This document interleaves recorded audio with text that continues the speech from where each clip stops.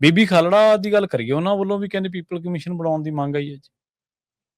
ਦੇਖੋ ਬੀਬੀ ਖਾਲੜਾ ਪਰਮਜੀਤ ਕੌਰ ਖਾਲੜਾ ਹੋਰਾਂ ਵੱਲੋਂ ਲਗਾਤਾਰ ਇਸ ਪਹਿਲੂ ਨੂੰ ਉਭਾਰਿਆ ਗਿਆ ਕਿ ਅਸੀਂ ਉਸ ਸਮੇਂ ਜਦੋਂ ਅਕਾਲੀ ਦਲ ਦੀ ਸਰਕਾਰ ਸੀ ਉਹਨਾਂ ਚੋਣ ਮੈਨੀਫੈਸਟੋ ਦੇ ਹਵਾਲੇ ਨਾਲ ਇਹ ਗੱਲ ਉਮੀਦ ਵਧਾਈ ਗਈ ਕਿ ਹਾਂਜੀ ਕਮਿਸ਼ਨ ਬਣਾਵਾਂਗੇ, ਜਾਂਚ ਹੋਊਗੀ।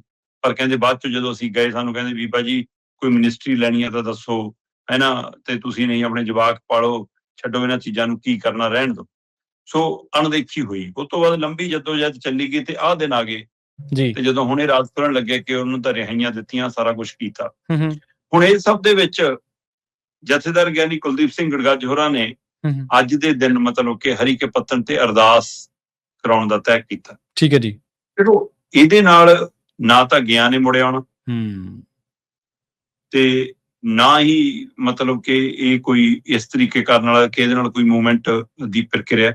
ਸਹੀ ਹੈ। ਪਰ ਇੱਕ ਸੰਵੇਦਨਾ ਹੁੰਦੀ ਹੈ ਕਿਉਂਕਿ ਆਪਾਂ ਉਹ ਲੋਕ ਹੈ ਜਿੱਥੇ ਮੰਨਿਆ ਜਾਂਦਾ ਕਿ ਜਾਣ ਵਾਲਾ ਜੀ ਜੇ ਚੱਲ ਜਾਵੇ ਜੀ ਤਾਂ ਮਨ ਨੂੰ ਸ਼ਾਂਤੀ, ਸਕੂਨ, ਤਸੱਲੀ ਤਾਂ ਮਿਲਦੀ ਹੈ ਜਦੋਂ ਆਪਣੇ ਹੱਥੀ ਅਸੀਂ ਉਸ ਦੇਹ ਦਾ ਸੰਸਕਾਰ ਕਰ ਲਈਏ। ਬਿਲਕੁਲ ਜੀ, ਆਪਾਂ ਉਹਨੂੰ ਕਹਿੰਦੇ ਮਿੱਟੀ ਸਾਂਭ ਲਈ। ਅੱਜ ਤੱਕ ਕਿੰਨੀਆਂ ਹੀ ਉਹ ਲਾਸ਼ਾਂ ਜਿਹੜੀਆਂ ਨਹਿਰਾਂ ਚ ਰੋੜ ਦਿੱਤੀਆਂ ਗਈਆਂ, ਉਹਨਾਂ ਦਿਨਾਂ ਚ ਰਾਜਸਥਾਨ ਦੇ ਆંકੜੇ ਕਢਾ ਕੇ ਦੇਖ ਲਓ, ਉੱਥੇ ਰੋਜ਼ ਜਿੰਨੀਆਂ ਲਾਸ਼ਾਂ ਜਾਂਦੀਆਂ ਸੀ ਕਿਉਂਕਿ ਉਸ ਸਮੇਂ ਇੰਨਾ ਮੀਡੀਆ, ਵੀਡੀਓ, ਇਹ ਉਹ ਸੋਸ਼ਲ ਮੀਡੀਆ ਨਹੀਂ ਸੀਗਾ, ਨਹੀਂ ਤਾਂ ਕਿੰਨੀਆਂ ਵੀਡੀਓ ਜਿਹੀਆਂ ਬਣੀਆਂ ਹੁੰਦੀਆਂ। ਫਿਰ ਵੀ ਕਈ ਤਸਵੀਰਾਂ, ਕਈ ਤੱਥ ਸਾਹਮਣੇ ਆਉਂਦੇ ਰਹਿੰਦੇ ਨੇ ਜੀ ਹੈ ਨਾ। ਤੇ ਉਹ ਸਾਰਾ ਕੁਛ ਨਹਿਰ ਚ ਰੋੜੀਆਂ ਗਈਆਂ ਤੇ ਫਿਰ ਹੈ ਨਾ ਮਤਲਬ ਕਿ ਸਤਲੁਜ ਚ ਬਹਾਤੀਆਂ ਤੇ ਇੱਧਰ ਦੂਸਰੇ ਪਾਸੇ ਝੂਠੇ ਪੁਲਿਸ ਮੁਕਾਬਲਿਆਂ ਦੀ ਪ੍ਰਕਿਰਿਆ ਜੀ। ਹੁਣ ਇਹ ਸਭ ਦੇ ਵਿੱਚ ਪੰਜਾਬ ਦੇ ਵਿੱਚ ਜੇ ਖਾੜਕੂ ਮਰੇ ਤਾਂ ਖਾੜਕੂਆਂ ਦੇ ਨਾਂ ਤੇ ਤੁਸੀਂ ਮੁੱਛ ਪੁੱਟ ਵਿਚਾਰੇ ਨੌਜਵਾਨ ਸਧਾਰਨ ਮੁੰਡੇ ਵੀ ਘਰਾਂ ਦੇ ਚੱਕ ਕੇ ਮਾਰੇ। ਤੇ ਇਸ ਪ੍ਰਕਿਰਿਆ ਦੇ ਤਹਿਤ ਕਈਆਂ ਨੇ ਆਪਣੀਆਂ ਨਿੱਜੀ ਦੁਸ਼ਮਣੀਆਂ ਵੀ ਕੱਢ ਕੇ ਆਮ ਸਧਾਰਨ ਲੋਕ ਵੀ ਮਾਰੇ ਜੀ ਹੈ ਨਾ। ਉਹਨਾਂ ਚ ਹਿੰਦੂ ਵੀ ਨੇ, ਉਹਨਾਂ ਚ ਸਿੱਖ ਵੀ ਨੇ, ਉਹਨਾਂ ਚ ਆਮ ਹੋਰ ਭਾਈਚਾਰਿਆਂ ਦੇ ਲੋਕ ਵੀ ਨੇ। ਉਹਦੇ ਵਿੱਚੋਂ ਕੁਝ ਟਾਰਗੇਟ ਕਿਲਿੰਗ ਵੀ ਹੋਈਆਂ ਤੇ ਉਹਦੇ ਦਰਮਿਆਨ ਪੁਲਿਸ ਵਾਲੇ ਵੀ ਮਾਰੇ ਗਏ। ਮਤਲਬ ਪੰਜਾਬ ਕਿੰਨਾ ਮਰਿਆ ਅੱਜ ਤੱਕ ਦਾ ਇਹ ਡਾਟਾ ਹੈ ਕਿਸੇ ਕੋਲ? ਨਾ ਕੋਈ ਵੀ ਨਹੀਂ, ਕਿਤੇ ਕੋਲੇ ਅਧਿਕਾਰ ਕਾਂਕੜਾ। ਤੇ ਕੌਣ ਰੋਕਦਾ ਹੈ ਕਿ ਡਾਟੇ ਨੂੰ? ਸਰਕਾਰ ਨੂੰ ਕੌਣ ਰੋਕਦਾ? ਜਸਵੰਤ ਸਿੰਘ ਖਾਲੜਾ ਨਿੱਜੀ ਤੌਰ ਤੇ ਆਪਣੇ ਤਰੀਕੇ ਕਾਰਨ ਨਾਲ ਉਹਨੇ ਅਣਪਛਾਤੀਆਂ ਲਾਸ਼ਾਂ ਦੀ ਜੇ ਪਹਿਲਕਦਮੀ ਕੀਤੀ ਤਾਂ ਮੈਨੂੰ ਦੱਸੋ ਨਾ ਕਿ ਹੋਰ ਕਿਹੜੀ ਧਿਰ ਜੰਮੀ ਜਿਹਨੇ ਕਿਹਾ ਕਿ ਅਸੀਂ ਕਰਦੇ ਹਾਂ ਜੀ ਬਾਕੀ ਸਾਰੀਆਂ ਦੀ ਇਕੱਤਰਤਾ। ਜੇ ਧਿਰ ਨਹੀਂ ਕੋਈ ਸੰਸਥਾ ਦੱਸ ਦਿਓ ਮੈਨੂੰ, ਜੇ ਸੰਸਥਾ ਨਹੀਂ ਕੋਈ ਸਰਕਾਰ ਦੱਸ ਦਿਓ ਮੈਨੂੰ, ਕੋਈ ਵੀ ਨਹੀਂਗਾ। ਤਾਂ ਇਹਦਾ ਮਤਲਬ ਤੁਸੀਂ ਸਹੀ ਡਾਟਾ ਲੋਕਾਂ ਸਾਹਮਣੇ ਲਿਆਉਣ ਤੋਂ ਖੁਦ ਡਰਦੇ ਹੋ ਤੇ ਜਿਹੜਾ ਡਾਟਾ ਲਿਆਂਦਾ ਵੀ ਜੇ ਖਾਲੜਾ ਨੇ, ਤੁਸੀਂ ਉਹ ਵੀ ਜਨਤਕ ਹੋਣ ਤੋਂ ਡਰਦੇ ਹੋ ਜੀ। ਤੇ ਇੰਨੇ ਸਾਲਾਂ ਬਾਅਦ ਵੀ ਤੁਹਾਨੂੰ ਡਰ ਲੱਗਦਾ ਕਿ ਉਹ ਫਿਲਮ ਰਾਹੀਂ ਵੀ।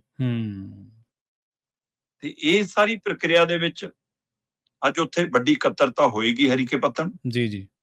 ਉੱਥੇ ਸੰਗਤਾਂ ਪਹੁੰਚਣਗੀਆਂ। ਇਹ ਸਿਰਫ ਇੱਕ ਸੰਕੇਤਕ ਪ੍ਰਗਟਾਵਾ ਕਿ ਅਸੀਂ ਉਹਨਾਂ ਰੂਹਾਂ ਦੀ ਸ਼ਾਂਤੀ ਦੇ ਲਈ ਅੰਤਮ ਅਰਦਾਸ ਕਰਤੀ। ਇਸ ਮੌਕੇ ਸਿੰਬੋਲਿਕ ਤੌਰ ਤੇ ਬਹੁਤ ਮਹੱਤਵ ਰੱਖਦਾ ਹੈ ਨਾ।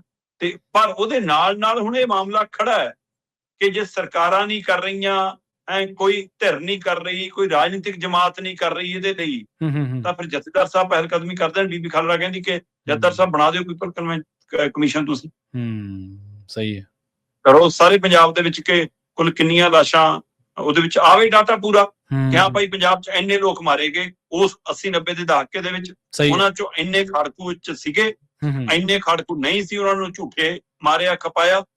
ਇੰਨੇ ਆਮ ਲੋਕ ਮਾਰੇ ਗਏ, ਉਹਨਾਂ ਚ ਹਿੰਦੂ ਇੰਨੇ ਸੀ, ਸਿੱਖ ਇੰਨੇ ਸੀ, ਮੁਸਲਮਾਨ ਇੰਨੇ ਸੀ, ਹੋਰ ਵਰਗਾਂ ਦੇ ਇੰਨੇ ਸੀ। ਦੇ ਦਿਓ ਡਾਟਾ, ਦੇ ਦਿਓ ਡਾਟਾ ਸਹੀ ਤੇ ਲਿਆਓ। ਉਹਦੇ ਵਿੱਚ ਨੌਕਰੀ ਪੇਸ਼ੇ ਤੇ ਪੁਲਿਸ ਵਾਲੇ ਇੰਨੇ ਮਾਰੇ ਗਏ, ਉਹ ਇੰਨੇ ਮਾਰੇ ਗਏ, ਤਾਂ ਉਹ ਡਾਟਾ ਪੂਰਾ। ਤੇ ਕਿਹਨੇ ਕਿਹਦੇ ਪਰਿਵਾਰਾਂ ਦੀ ਬਾਂਹ ਫੜੀ ਇਹ ਵੀ ਦੱਸ ਦਿਓ ਨਾ। ਸਹੀ ਹੈ, ਬਿਲਕੁਲ ਜੀ ਬਿਲਕੁਲ। ਜਿਹੜੇ ਅੱਜ ਫਿਲਮ ਵਾਲਾ ਸੱਚ ਦੇਖਣ ਦੇ ਲਈ ਲੋਕਾਂ ਦੀ ਕਚਹਿਰੀ ਚ ਨਹੀਂ ਬੈਠ ਸਕਦੇ, ਮੈਨੂੰ ਦੱਸੋ। ਪਿੰਡਾਂ ਚ ਫਿਲਮ ਦਿਖਾਈ ਜਾ ਰਹੀ ਹੈ, ਉਹਦੇ ਵਿੱਚ ਕੋਈ ਰਾਜਨੀਤਿਕ ਧਿਰ ਕਹਿੰਦੀ ਹੋਵੇ ਕਿ ਅਸੀਂ ਮੂਹਰੇ ਆ ਕੇ ਬੈਠੇ ਆ ਜੀ, ਨਾਲ ਲਓ। ਕੋਈ ਵੀ ਨਹੀਂ। ਕਿੱਥੇ ਨੇ ਲੋਕਾਂ ਦੇ ਲੀਡਰ? ਸੋ ਇਸ ਲਈ ਲੀਡਰ ਉਸ ਸਮੇਂ ਵੀ ਪਿੱਠ ਪਿੱਛੇ ਸੀ, ਲੀਡਰ ਅੱਜ ਵੀ ਪਿੱਠ ਪਿੱਛੇ ਨੇ।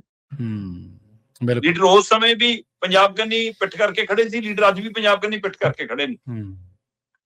ਸੋ ਇਹ ਸਾਰੇ ਵਰਤਾਰੇ ਉਹਨਾਂ ਨੂੰ ਬੇਨਕਾਬ ਕਰਦੇ ਨੇ। ਇਸ ਲਈ ਸਾਰੀਆਂ ਧਿਰਾਂ ਡਰਦੀਆਂ ਨੇ ਕਿ ਇਹ ਪੰਨੇ ਨਾ ਫਰੋਲੇ ਜਾਣ। ਜਦੋਂ ਇਹ ਪੰਨੇ ਫਰੋਲੇ ਜਾਂਦੇ ਨੇ ਤਾਂ ਬੇਨਕਾਬ ਉਹੀ ਹੁੰਦੇ ਨੇ। ਤੇ ਹੁਣ ਬੀਬੀ ਖਾਲੜਾ ਨੂੰ ਜਿਹੜੀ ਮੰਗ ਕੀਤੀ ਆ, ਉਹ ਮੰਗ ਪੰਜਾਬ ਦੇ ਹੋਰ ਸਿਰਦ ਲੋਕ ਵੀ ਕਰ ਰਹੇ ਨੇ। ਉਹਦੇ ਬਾਵਜੂਦ ਵੀ ਮੈਨੂੰ ਲੱਗਦਾ ਨਹੀਂ ਕਿ ਕੋਈ ਕਮਿਸ਼ਨ ਹੋਂਦ ਚ ਆ ਜਾਊਗਾ। ਜੇ ਆ ਗਿਆ ਤੇ ਉਹ ਕੰਮ ਕਰੂਗਾ। ਜੀ, ਬਿਲਕੁਲ ਸਹੀ ਹੈ। ਕੋਈ ਉਮੀਦ ਹੈ ਨਹੀਂ ਇਸ ਤਰ੍ਹਾਂ ਦੀ ਚੀਜ਼ ਦੀ।